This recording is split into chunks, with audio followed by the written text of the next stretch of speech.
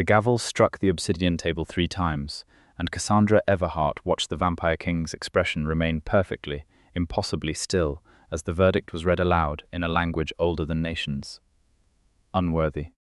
The word fell from the lips of High Counselor Seraphim Voss like a blade dropping onto stone.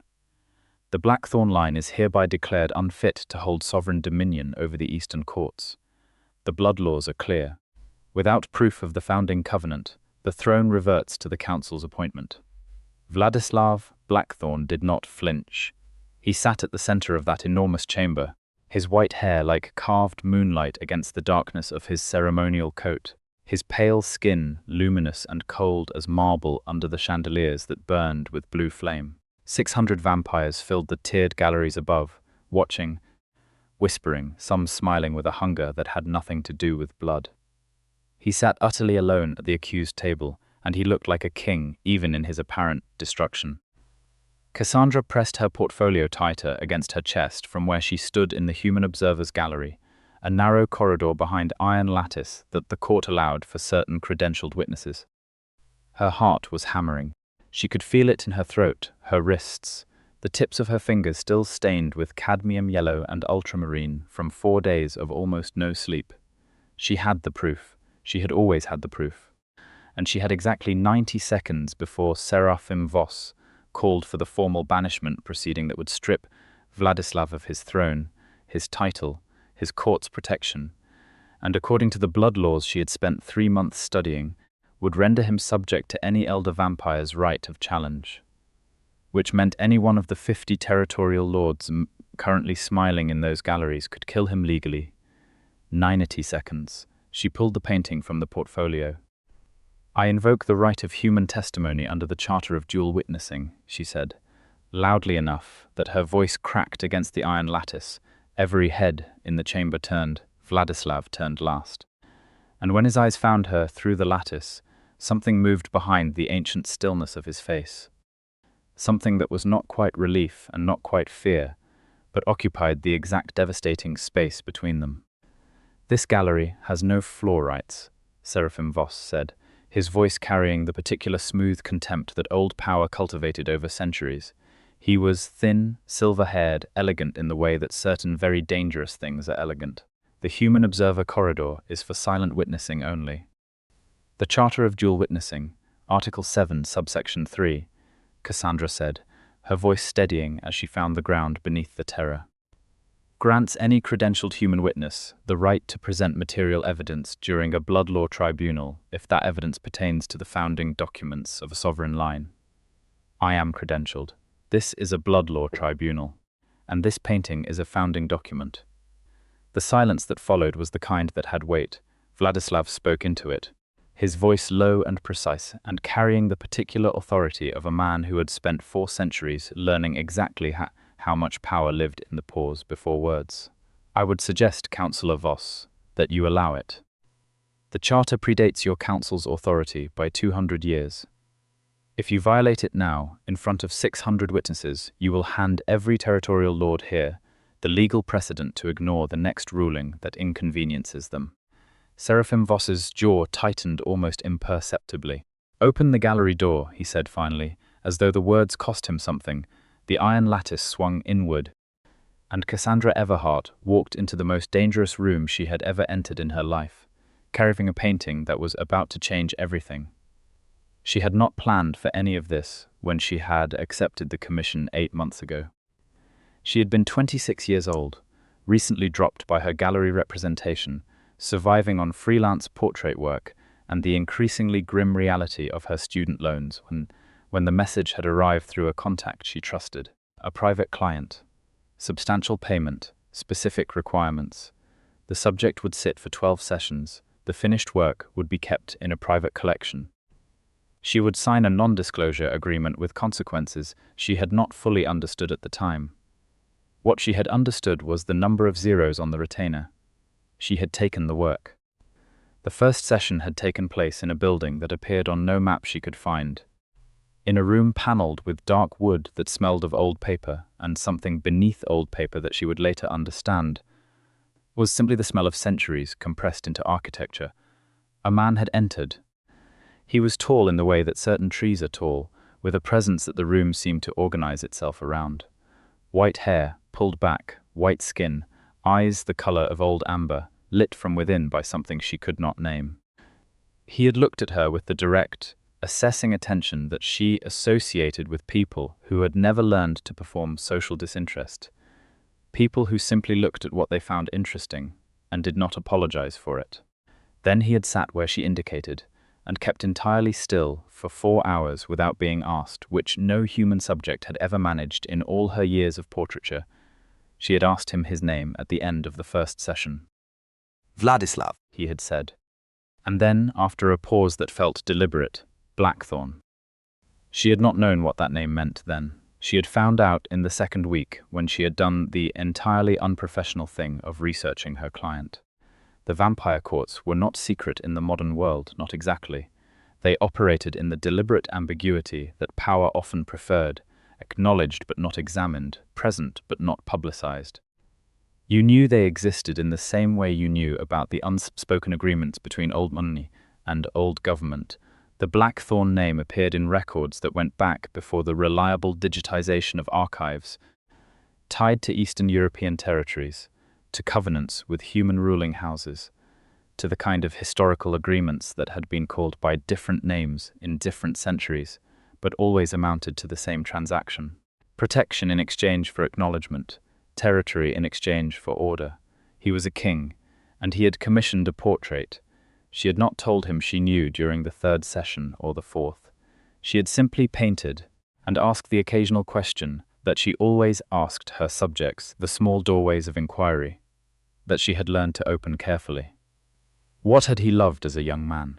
Whether he had any regret about the things time had taken from him? How he wanted to be seen? That last question had stopped him for a long moment.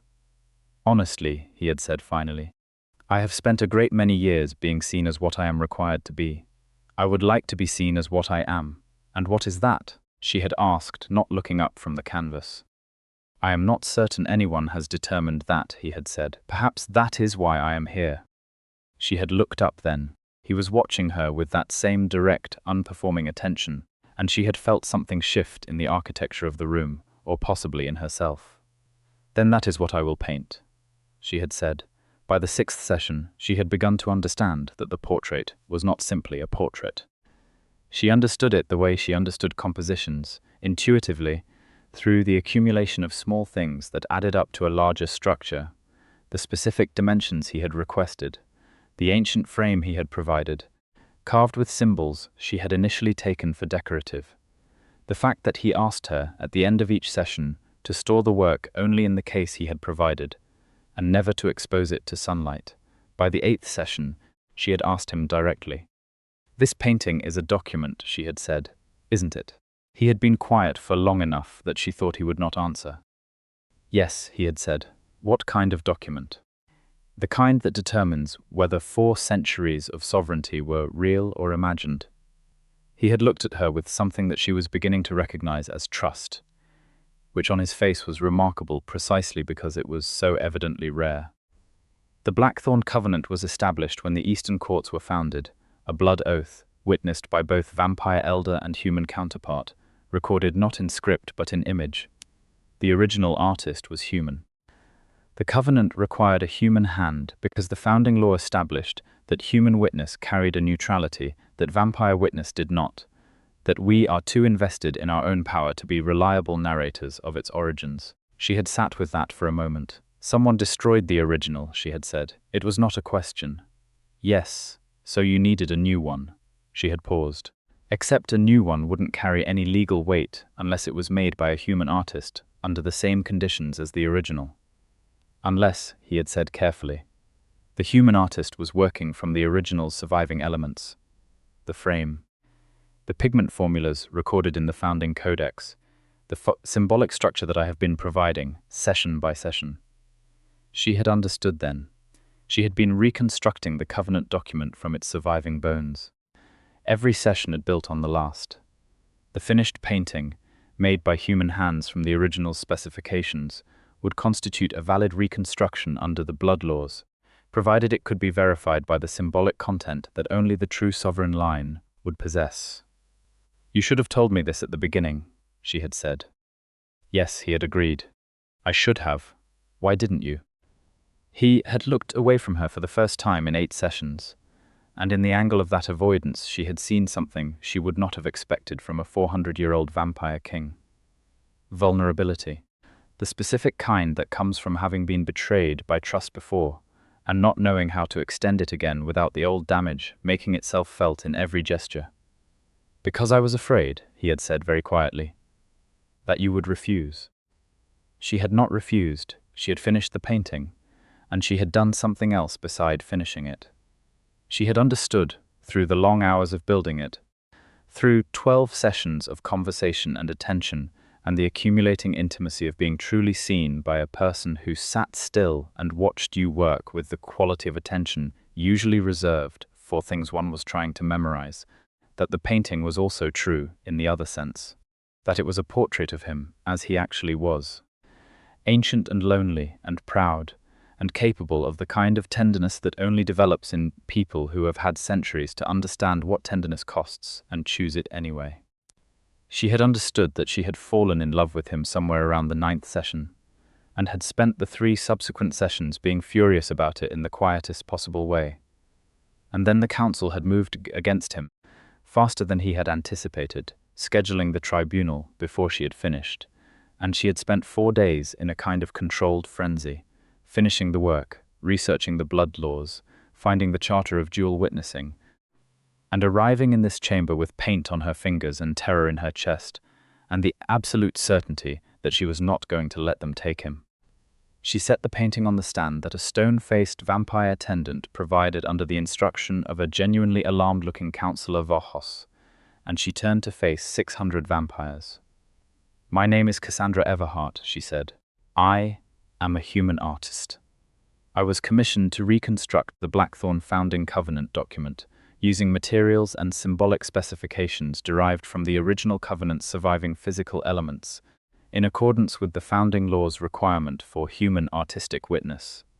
I completed this work under the original conditions, and I will attest, under the Charter of Dual Witnessing, that what you are looking at is a true reconstruction of the Blackthorne Covenant, made by human hands from the original surviving record." She turned the painting to face the gallery. She heard the sound that went through 600 vampires. It was not quite a sound that humans normally made. It was layered like harmonics, the recognition of something ancient that their blood remembered even when their politics preferred to forget it. The painting showed what she had made it show.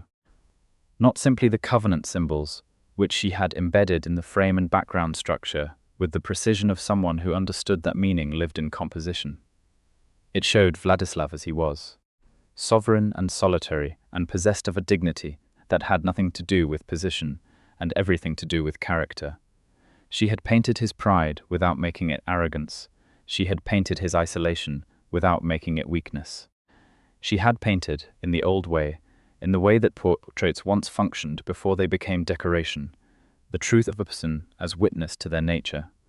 And in the lower right corner, in the frame's inner border, in the symbolic language that the founding codex specified, she had embedded the covenant seal.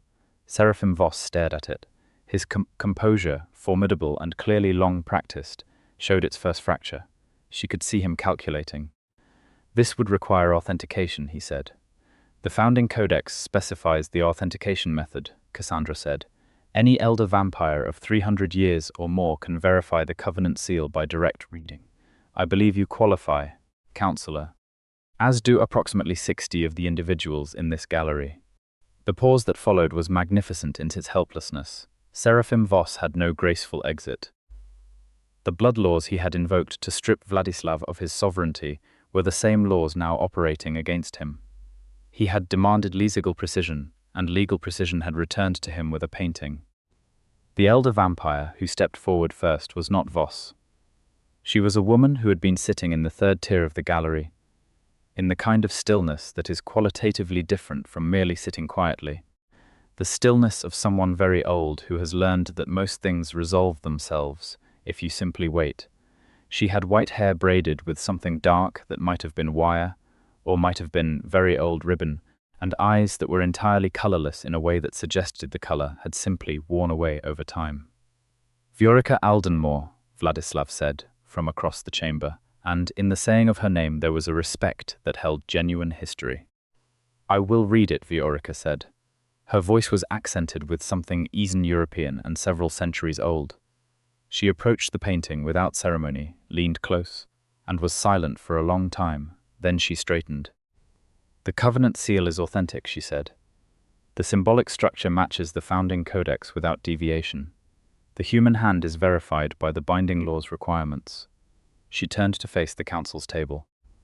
"The Blackthorne sovereignty is documented and valid. This tribunal is without merit." The chamber erupted. Cassandra stood very still at the center of it all, gripping the painting stand because her knees were less composed than the rest of her, and then she felt a presence beside her that was not quite warmth and not quite cold, but something in between, the specific temperature of a body that had learned to regulate itself over centuries. And she looked up at Vladislav Blackthorne, who had crossed the chamber floor while the galleries were still in chaos, and was standing close enough that she could see the amber depths of his eyes as up close for the first time, without a canvas between them. "You're either the bravest person I have encountered in 4 centuries, he said quietly, "or the most reckless." "I have been told those are the same thing," she said.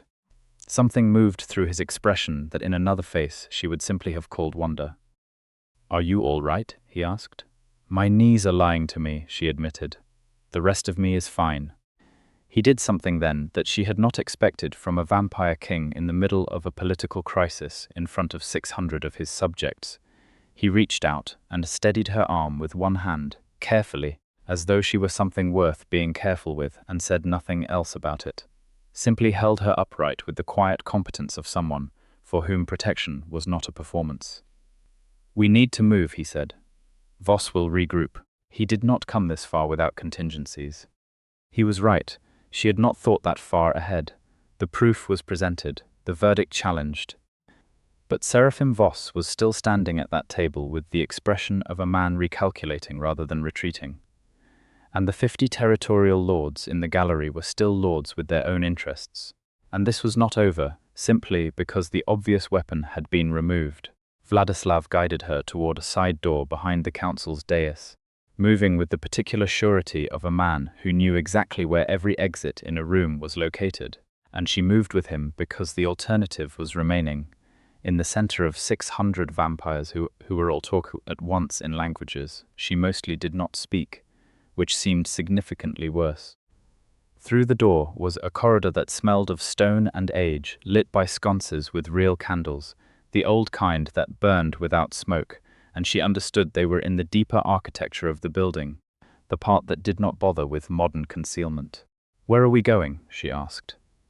"Somewhere I can think," he said, "and somewhere you cannot be easily reached by anyone who decides this situation requires a simpler solution." A simpler solution being, "You are the witness," he said. "You verified the covenant. Without you, the verification is still on record, but a sufficiently motivated legal challenge could argue that your testimony was coerced or fabricated, particularly if you were not available to affirm it." She absorbed this. "So I am a target." Voss did not acquire his position through fairness, Vladislav said. He has held that council seat for 160 years by understanding that the most efficient way to remove a legal obstacle is to remove the person who created it. That's a polite way to say he might try to have me killed. "I prefer precision to politeness in dangerous situations," he said, and steered her around a corner into a room that was clearly his, unmistakably so, the way rooms absorb the personality of their long-term occupants. Books in 7 languages stacked on every available surface, a desk buried under correspondence, several very old maps pinned to the walls with a care that bordered on reverence, and in the corner, partially covered, a canvas that she recognized as an earlier piece she had sent ahead. She stopped walking and looked at it. It was a study she had done in the 5th session, a smaller work, exploratory, not the formal portrait. She had sent it as a reference piece and assumed it had been filed somewhere or disposed of. Instead it was here, on a proper easel, turned to face the desk where he apparently spent significant time. She thought about what that meant. She thought about a man who had said he wanted to be seen as what he was, sitting at his correspondence with a painting of himself as she had seen him, just within his peripheral vision. She did not say anything about it, but she felt it, the feeling occupying its own chamber in her chest alongside the terror and the adrenaline and the fury at Seraphim Voss. What happens now? She asked. Legally, I mean. The verification is on record. The tribunal found against Voss's argument. Can he simply start the process again? Not with the same argument, Vladislav said, moving to the desk and pulling out a document that appeared to be several hundred years old. The blood law prevents relitigation of a settled sovereignty question within a generation's span, which for us is 3 centuries. He cannot challenge the Blackthorne sovereignty again on the basis of the covenant's absence. However, there are other challenge mechanisms: behavioral unfitness, failure to maintain territory accords, alliance violations. He looked up at her. He will find another angle. Men like Voss always do. So the portrait bought you time, she said. The portrait, and you, bought me something considerably more than time. He set the document down and looked at her with a directness that she had become accustomed to across 12 sessions, but that still hit her somewhat in the center of her sternum, with the force of something very much larger than looking. You walked into a vampire court tribunal and invoked a 600-year-old charter from memory and presented evidence that took you 3 months to research, under conditions of significant personal danger. You did this for someone who did not tell you the full truth about what you were creating until you asked directly. You told me when I asked, she said. That is a low bar. It is higher than many people clear, she said. He was quiet for a moment. Why did you come? She could have given him a number of true answers. She could have said because the blood laws were unjust in their application to him, and she had the means to address that injustice. She could have said because she had spent 3 months building that painting and was not going to let it be irrelevant. She could have said because she was angry, which was also true. The particular cold anger that came from watching something wrong happen to someone who did not deserve it. Instead, she said, because I painted you honestly, and I do not abandon honest work. He looked at her for a long time. Cassandra, he said, and her name in his voice was different from how anyone else had ever said it, as though he had been thinking about the specific sound of it for some time and was now allowing himself the directness of using it. The door opened. The woman who entered was not Seraphim Voss, which was the first relief, but she was not someone whose presence brought simple comfort. Cassandra had seen her in the gallery. She was young by human standards and very old by every other measure, with dark red eyes and white hair cropped close to her skull, and the kind of self-possession that looked like stillness, but was actually constant readiness. She moved like someone who had spent a great many years moving through dangerous places and had learned to look casual about it. Morvain, Vladislav said, and the name carried a complex tonality that Cassandra had not heard from him before, somewhere between relief and wariness, and something that might have been old gratitude. You have approximately 20 minutes before Voss convenes an emergency session of the territorial lords, said Morvain, closing the door behind her and leaning against it with practiced ease. He is arguing behavioral unfitness on the grounds that you allowed a human to enter the chamber's inner floor without formal court sanction, which technically, under the old protocols, is a violation. The Charter of Dual Witnessing supersedes the inner floor protocols, Vladislav said. I know that, and you know that, and Viorica Aldenmore knows that, Morvain said. Whether the territorial lords who are currently deciding their positions know it or care is a different question. Voss is very good at making people care about the things that benefit him. She glanced at Cassandra with the kind of frank appraisal that Cassandra had gotten from a handful of very direct people and had always found more comfortable than being examined sideways. You must be the artist.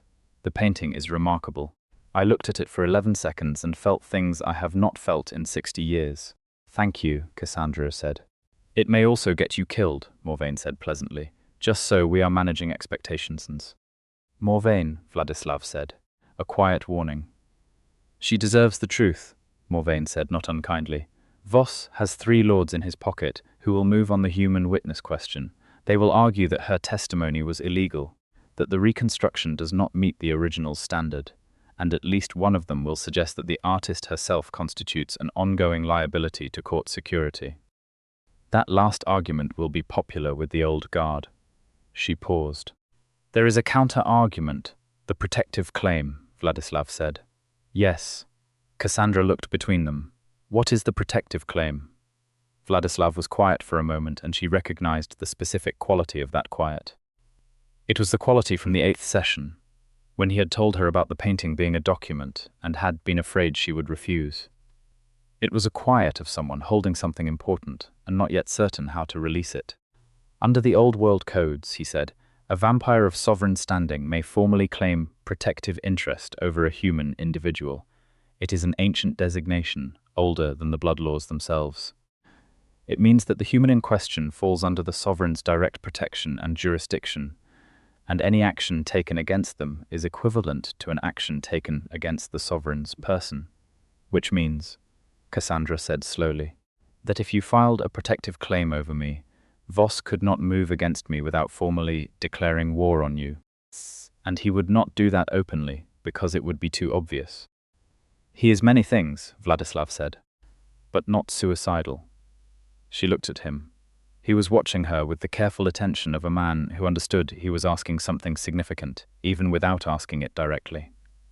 The claim is also a significant personal declaration. Morvain said, in the tone of someone narrating a situation with deliberate helpfulness. It is not entered into lightly by our kind. It carries implications beyond the legal protection.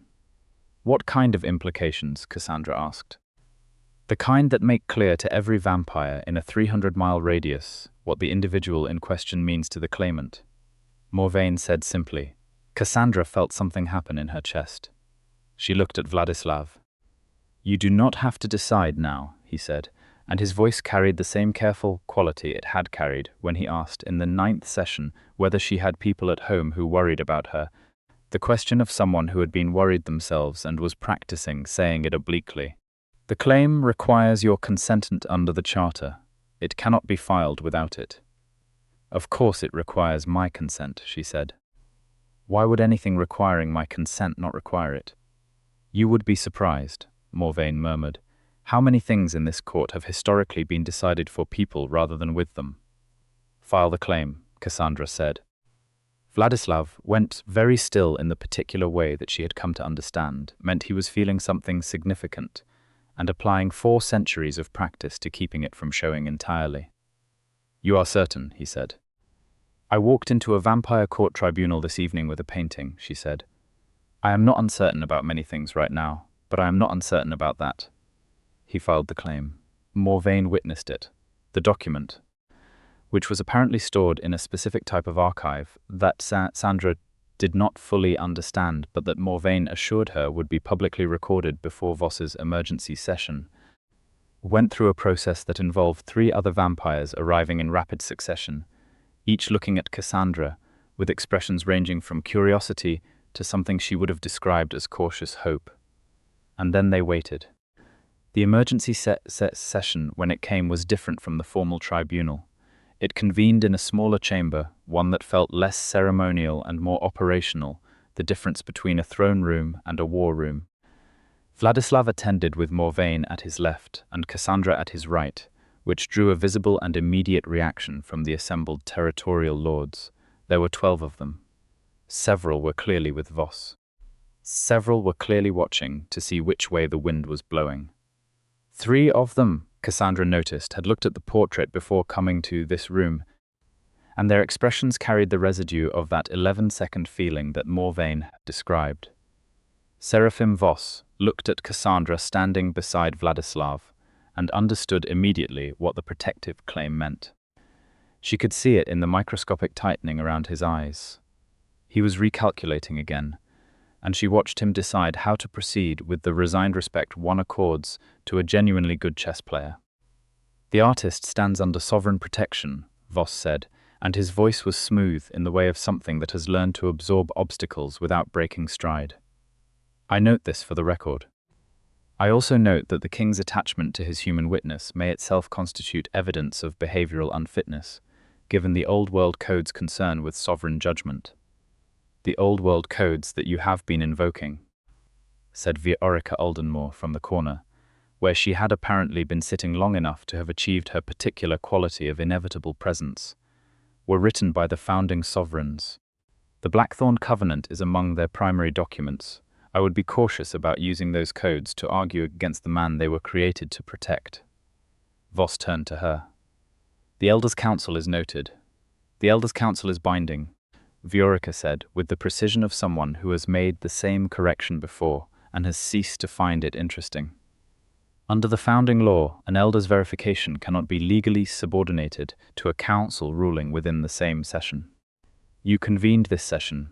My verification applies to it. The Blackthorne sovereignty stands. One of the territorial lords who had been watching the wind cleared his throat. If the sovereignty stands, he said carefully, then the question of behavioral fitness must be measured against what exactly the king is alleged to have done wrong. He brought a human into the inner court floor, Voss said.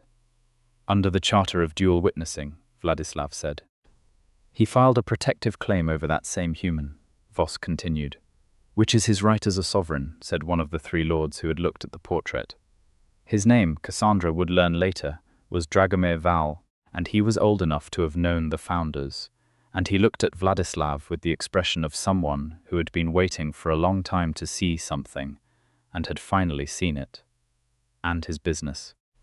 The court requires a sovereign who governs without personal entanglement that compromises his judgment, Voss said. Seraphim. Viorica's voice was very quiet. It was the kind of quiet that arrives after all other sounds have understood to move aside. I have sat in this court for 430 years. I sat in it when Vladislav Blackthorne's grandfather made the covenant that your own position depends upon, in a room very like this one, with arguments very like the ones you are making now. The argument was that the Blackthorne sovereign was too attached to his human court allies to govern with appropriate coldness. She paused. We tried cold governance for 60 years after. You may recall how that went. Several of the older lords showed, in their expressions, that they recalled exactly how that went. Seraphim Voss looked at the room. He was not stupid, which was the most dangerous thing about him, and he was not a coward, which was the second most dangerous thing. He was the particular kind of formidable opponent who knew when a position had become untenable and understood that retreating gracefully was more valuable than losing badly. The council will take the sovereignty question under advisement, he said. Pending no further violations of court protocol, the Blackthorne claim remains active. It was not a concession, it was a withdrawal. Cassandra had negotiated enough commission contracts and studio disputes to recognize the difference, and she felt the distinction land in the room like a stone dropped in water. Vladislav had won this round. Voss had acknowledged it while leaving himself room to fight another day. Then we are concluded, Vladislav said. The session ended. The lords departed in ones and twos, some stopping to speak to Vladislav with the changed quality of men who had been reminded of something they had been forgetting. Dragomir Val stopped longest, and the conversation he had with Vladislav was low-voiced and clearly old. The kind of exchange between people who shared decades of complicated history. Cassandra stood a little apart and watched, and Morvain materialized at her elbow with the particular silence that Cassandra was beginning to understand. Was just how Morvain existed in spaces. He has not filed a protective claim in his entire reign, Morvain said quietly. In case you were wondering about the significance. I was, Cassandra admitted. He painted your study, Morvain said, which was technically not true, but which Cassandra understood to mean he had kept it, had placed it where he would see it, had treated it as something of personal significance. For what it is worth from someone who has known him for 90 years, I have not seen him look at anything the way he looks at you. And I have seen him look at empires. Cassandra felt the weight of that settle into her, and did not say anything because some things were too large for an immediate verbal response, and deserved the dignity of being absorbed quietly. When the room had emptied, Vladislav crossed to her. The formal bearing that he maintained in public settings was still present, but the layer beneath it was different, the layer that she had spent 12 sessions learning to see, the actual man under the sovereign's performance. Come, he said. You have not eaten since this morning. I know, because I watched you arrive, and you did not stop in the reception hall. You watched me arrive, she said. I have been watching for you since yesterday, he said, very precisely, as though precision was the safest way to admit something large. I knew you were coming. I did not know if you would arrive in time. She thought about a 400-year-old vampire king watching the entrance to a court building, because he was waiting for a human artist to arrive with a painting, and felt the specific sensation that she associated with realizing something that had been true for some time. Vladislav, she said. Yes, the protective claim, she said. Morvain told me you have not filed one before. That is correct, he said. It was not only about protecting me from Voss, she said. It was not a question. He was quiet for a moment. No, he said. It was not. Then what was it? He looked at her with the honest, direct attention that had characterized every one of their sessions, the quality of looking that did not perform itself or manage its effect on the viewer. It was the most direct way I know, he said, within the laws and codes of my world, to tell you something that I have been aware of since approximately the 6th session and have spent every subsequent session attempting to address with appropriate restraint. What were you trying to tell me? She asked, though she understood. She understood completely, but she wanted to hear it in his precise and careful and absolutely honest voice.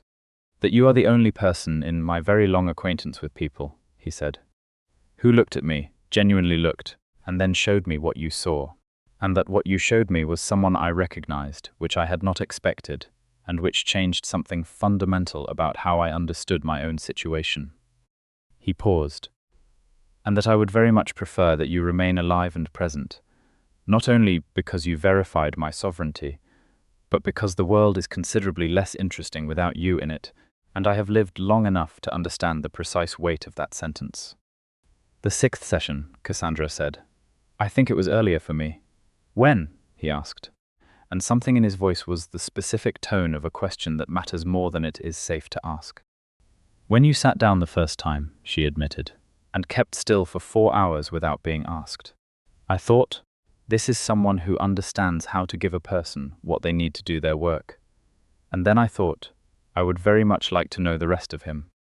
He reached out and took her hand carefully, the same care with which he had steadied her arm in the chamber. His hand was cooler than hers, but not unpleasantly so, like a stone that has been in shadow rather than in cold. He held her hand as though he had decided to and was not going to perform uncertainty about it. There are significant complications, he said. My world and yours do not intersect without friction. There are people who will object to this on grounds of politics and propriety and blood law interpretations that I find tedious but which are real.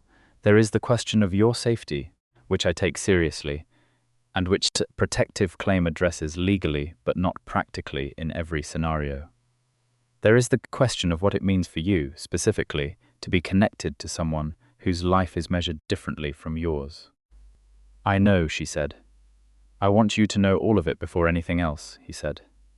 I have spent too much of this acquaintance not telling you things that you deserve to know. I will not continue that pattern. She looked at him. At the white hair and the amber eyes, and the face that she had spent 12 sessions learning to paint, which meant learning in the deepest way she knew, through the translation of observed truth into permanent record. I appreciate that, she said. And I want you to know that I have spent significant time being furious about how I feel about you because it is wildly inconvenient, and that this did not help, and I am choosing to stop being furious about it, and instead be direct about it, which is that I am in love with you, and that the complications are real but not more real than that. He was very still for a moment. Then he brought her hand to his mouth and pressed his lips to her knuckles, a gesture that was ancient and deliberate and full of the kind of meaning that does not require explanation. Cassandra, he said, and her name in his voice was the same thing it had been when he said it in the corridor, warm and specific and arrived at, like a conclusion that had taken the right amount of time to reach. The next weeks were not simple. Nothing about the intersection of a human's life and a vampire court's politics was simple, and Cassandra was too honest with herself to expect otherwise. Voss did not disappear. He retreated, he regrouped, and on 2 separate occasions he found procedural angles that required Vladislav's direct legal response, and on the second occasion, Cassandra's reappearance as verified witness. She became through a process that seemed to involve both political necessity and the gradual normalization of her presence, a known figure in the court's outer circles. She did not love this. She was an artist, not a diplomat, and the specific social mathematics of a vampire court made the art world's politics look refreshingly transparent by comparison. But she was also someone who did not abandon things that mattered, and she was beginning to understand, through the accumulating evidence of daily life, that Vladislav's world was not a place she was visiting. It was a place that was becoming hers as well, in the particular way that the life of a person you love becomes threaded through your own. She set up a studio in the building. She negotiated this through Morvain, who had become something she would have called a friend, if friend seemed like an adequate word for someone who had shown up at her apartment at 3 a.m. twice in the first month, to warn her about council developments, and who had once held an aggressive council functionary against a wall by his collar, while Cassandra finished a conversation. She worked in the studio every day. She had other commissions, other clients, and she was clear with herself that she would not abandon her professional life, because her personal life had taken a Gothic turn. The vampires of the court came, one by one, and looked at the portrait that had saved their king's sovereignty. Several of them sat for Cassandra afterward. She painted them as she painted everyone, with the particular quality of attention that looked for what was actually there rather than what should be there. And the paintings were remarkable in ways that the subjects themselves were visibly moved by, because she was, as she had always been, exceptionally good at her work. Viorica Aldenmore sat for her in the 3rd month. That session was 4 hours long and contained almost no conversation, which was the most companionable silence Cassandra had experienced in the studio since Vladislav's first session, and she understood by the end of it that Viorica had been deciding something, and had decided it. "He has been alone for a very long time," Viorica said as Cassandra was cleaning brushes. "Sovereignty is an isolating condition in our kind. It attracts attention and repels intimacy. He has ruled well and lived narrowly." She paused. "You should know that I have not observed him as he has been these past weeks in the entirety of my acquaintance with him, which spans his whole reign." "How has he been?" Cassandra asked. "Present," Viorica said simply. "In the way that a person who has spent a long time managing an enormous distance from their own life sometimes becomes when they finally allow themselves to stop." Cassandra thought about that for a long time. The moment that closed the formal chapter of the council's challenge came 6 weeks after the tribunal. Seraphim Voss, who had been making the moves of a patient political opponent, working his way toward a new angle of attack, made instead an error, a serious one. Dragomir Val, who was very old and very observant, discovered documentation that Voss had destroyed portions of the original Blackthorne Covenant document himself, not through neglect or the accidents of time, but deliberately 30 years ago as preparation for a sovereignty challenge that he had been planning across 3 decades. The revelation came out in a session that Cassandra did not attend, but that Morvain described to her afterward in the kind of detail that Morvain deployed when she considered information critical. Voss had destroyed the evidence specifically because he could not challenge the Blackthorne line while the Covenant stood, and had spent 30 years engineering the conditions under which its absence would be legally significant. He had known that the blood law required human witness and human artistic record, and he had calculated that the destruction of the original, combined with a legal argument that no reconstruction could be valid, would be sufficient. He had not calculated for Vladislav finding an artist who would spend 3 months rebuilding the Covenant from its surviving bones and then walk into a tribunal with it under her arm. The council expelled Voss, not merely stripped his seat, but formally expelled him under the betrayal clause of the founding law, which carried the additional consequence of removing him from the protection of the court's jurisdiction. He would not be a threat to Vladislav or to Cassandra again. She was in the studio when Vladislav came to tell her. She knew from the sound of his footfall, which she had learned by now to read through the building's corridors, that the news was significant before he opened the door. She set down her brush and turned. He told her.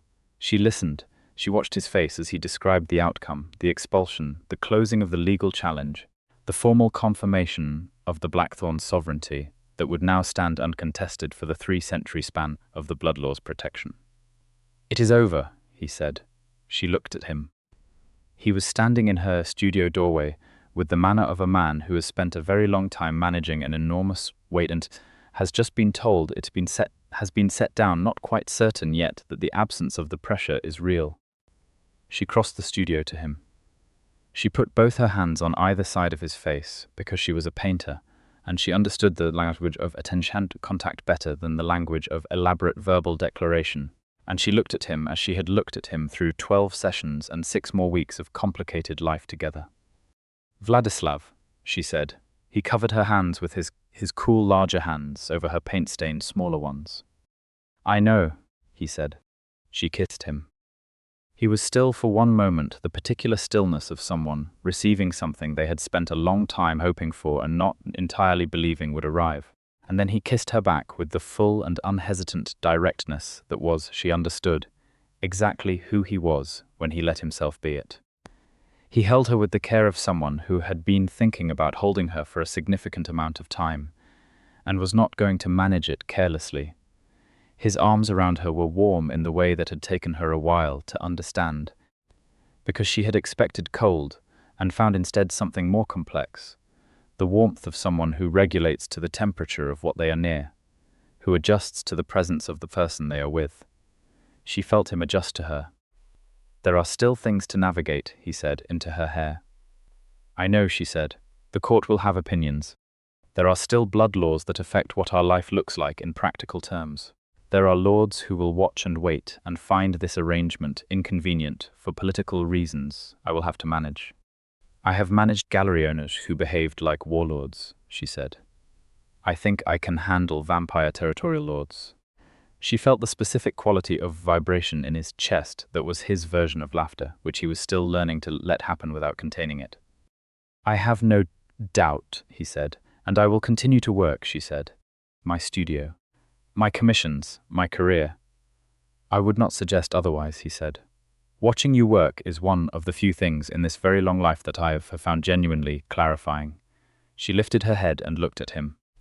"You could have told me that during the sessions," she said. "I was exercising restraint," he said, with the expression of a man who understood this had not necessarily been the correct choice. "In the future," she said, "exercise less of it." He smiled. It was a rare expression on his face. Not absent, she had seen it, but deliberately infrequent, in the way that things guarded by long habit become infrequent. On him it was devastating in its completeness, the full opening of a face that spent most of its time arranged with sovereign care. "Yes," he said, "I think I can manage that." The spring came to the city in the way it always did, incrementally and then all at once, the windows of the studio filling with the kind of light that made color sing on canvas. Cassandra worked. She painted the court vampires who came to her, and she painted the studies she made for herself. And she spent a growing portion of her time in the deeper architecture of Vladislav's world, learning its structure and logic and old-world codes, the way she learned everything. Through sustained and honest attention, she painted him again. Not a commissioned piece, not a document, but the kind of work that artists make when they are painting someone they know completely. The kind that can only exist after sustained intimacy and genuine understanding. It was different from the covenant portrait in the way that a conversation between old friends is different from a formal introduction. Everything the first portrait contained, and then everything that could only be added by the passage of actual shared time. She showed it to him on a Thursday evening in April, leaning it against the wall of the studio where the evening light came through without the harshness of direct sun, and stepped back and let him look at it. He looked for a long time. "You painted me happy," he said. "I painted you as you are," she said. He was quiet for another moment. "It is the same thing," he said. Viorica Aldenmore came to see the new painting the following week, as she had come to see the covenant portrait and the study before it, with the unhurried consideration of someone who understood that looking at true things was one of the things worth taking time over. "You have a remarkable gift," Viorica said. "Thank you," Cassandra said. "I do not mean only the painting," Viorica said, "though the painting is extraordinary." She looked at Cassandra with the colorless eyes that held 4 centuries of looking. You have the gift of making people visible to themselves. I have watched it operate in this court for 6 months now.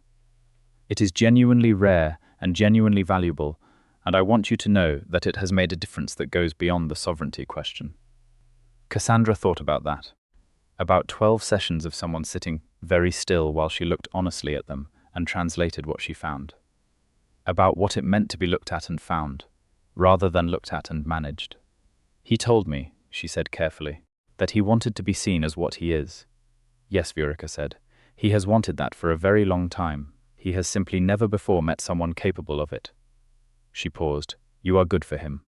He is good for you in ways you may still be discovering, and you are both, I think, good for this court, which has needed to remember that sovereignty is not the same as isolation." Dragomir Val came to the studio in May, carrying what appeared to be a very old book wrapped in cloth, and asked if he might speak to her privately. She gave him the privacy. He set the book on the work table and unwrapped it with the care of someone handling something irreplaceable. "This is the founding codex," he said, "the original, or rather, the surviving portions of it." He opened it to a page that showed, in a style of illustration that was centuries old and unmistakably skilled, a figure that she recognized. Not from this century. Not from the period of the Covenant portrait she had reconstructed. Earlier, Vladislav Blackthorne I, the founding sovereign, the man who made the covenant that you reconstructed. She looked at the illustration. The family resemblance was remarkable, and also, she realized, not simply family resemblance. It was the same structural quality of bearing, the same dignity of posture, the same way of occupying space as though the space was honored by the occupation rather than constrained by it. "I am showing you this," Dragomir said, "because you should understand what you verified, not only legally, but in the larger sense. The Blackthorne line has held the Eastern courts for 4 centuries because every generation of it has produced a sovereign capable of the specific quality that the founding covenant describes. The Codex calls it truth-bearing, the capacity to hold the weight of what they are without deforming it into something more comfortable." He closed the book gently. "Vladislav has it, as did his grandfather and his grandfather's grandmother, and so on back to the beginning. And you saw it.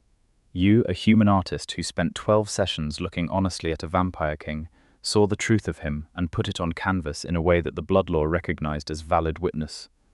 He looked at her. "That is not a small thing." "It felt like painting," she said honestly. "The most important things always feel like their ordinary form," he said. "That is how you know they are real." Morvain organized a dinner, which was Morven's way of marking occasions that she considered significant without making an explicit fuss about them. It was attended by 12 people, a mix of vampires and 3 humans who had various long-standing relationships with the court, and it had the quality that the best dinners have, of being about ostensibly specific things, while actually being about the larger and more important thing of people who have chosen to be in each other's lives gathering to mark that choice. Vladislav sat at the head of the table in the way that he occupied all spaces, as though the space had organized itself around him, which it had. Cassandra sat at his right, and they had the kind of easy proximity of people who have stopped navigating the distance between themselves and can simply be near each other. Morvain gave a toast that was characteristically precise and characteristically fond beneath its precision, something about long games and unexpected pieces and the ongoing vindication of patience. Vladislav looked at Cassandra during the toast with the expression that she knew now was his love shown directly, because he had learned, with her, to exercise less restraint, and the quality of that expression was the painting of the happy man, the truth of him that she had put on canvas, and that was now simply how he looked when he was with her. She raised her glass to him. Later, after the dinner, they walked in the building's interior garden, which was old and enclosed and lit with the blue flame lamps that seemed to prefer the company of vampires, and the night air was warm with the particular softness of a spring that had fully arrived. She told him about Dragomir's visit, about the founding codex and the illustration, and what truth-bearing meant according to the document's original language. He listened without interrupting, as he always listened, with his whole attention given to what she was saying, rather than allocated partly to what he intended to say next. "It is an old word," he said when she finished. My grandfather used it. I was not certain it applied to me as well as it had to him. It does, she said. You would know, he said. You are the only person who has looked honestly. She stopped walking and turned to him. The blue flame light was doing something to his white hair that was objectively extraordinary, but she found that the longer she knew him, the less she needed to remark on the extraordinary surfaces, because the extraordinary depths were so thoroughly occupying her attention. I want to keep looking, she said, for as long as I can, for whatever version of as long as possible means, given that my version of time and yours are different.